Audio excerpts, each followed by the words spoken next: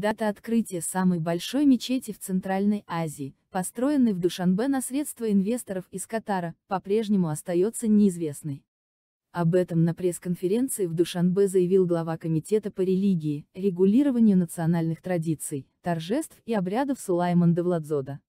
По словам председателя, это напрямую связано с пандемией коронавируса в мире. Напомним, что согласно документам, подписанным между Таджикистаном и Катаром, который инвестировал в проект основные средства, мечеть должна быть торжественно открыта во время визита катарской стороны в Душанбе.